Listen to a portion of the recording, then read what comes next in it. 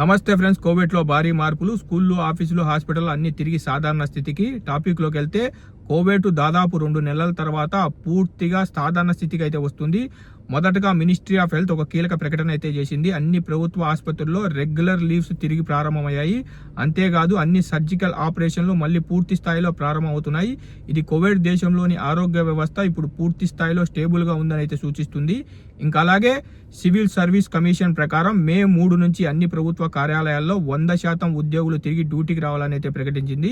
ఇప్పటికే ఉన్న తగ్గింపు టైమింగ్లు అయితే ఇప్పుడు ఉండవు. మళ్ళీ నార్మల్ వర్కింగ్ అవర్స్ అలాగే ఈవినింగ్ షిఫ్ట్లు కూడా ప్రారంభమవుతాయి. అదే విధంగా మినిస్ట్రీ ఆఫ్ ఎడ్యుకేషన్ మే 3వ తేదీ నుంచి గ్రేడ్ 10, 11, 12 విద్యార్థుల కోసం తిరిగి స్కూల్ ఓపెన్ చేస్తున్నట్లు అధికారికంగా అయితే ప్రకటించింది.